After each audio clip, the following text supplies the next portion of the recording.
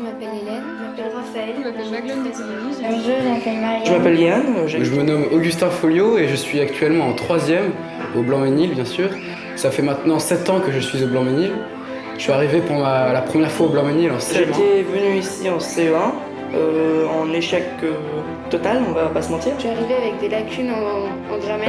En CM1, je sais en savoir ni lire ni écrire. J'ai une dyslexie extrêmement Les lourde. professeurs vraiment arrivent à s'adapter à n'importe quel type d'élève.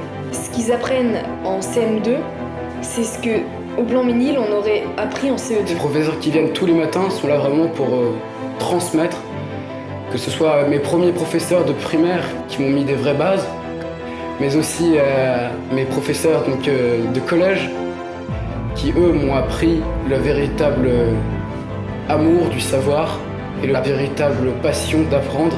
Il y a justement des groupes adaptés pour les élèves qui ont du mal, par exemple en maths et en français, j'en fais moi-même partie.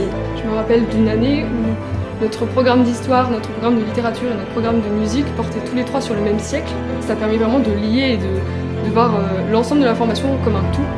Quand on balaye notre classe, c'est nous qui salissons notre classe, c'est à nous de nous en occuper. C'est pas très courant de voir des élèves en uniforme. Ça permet d'éviter les différences entre les élèves et donc d'éviter de nombreux conflits. On remarque aussi dans les écoles que les élèves ont quand même le nez collé à leur écran. Et du coup, ils parlent pas avec les autres. Moi, j'aime beaucoup chanter.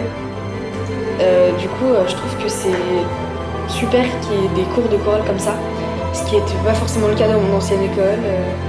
J'ai bientôt quitté le Blanc-Ménil, en effet, et je crois que je peux vraiment partir au lycée serein et content de moi, de ce que j'ai pu faire au Blanc-Ménil, tout ce que j'ai pu apprendre, comment j'ai pu devenir ce que je suis maintenant.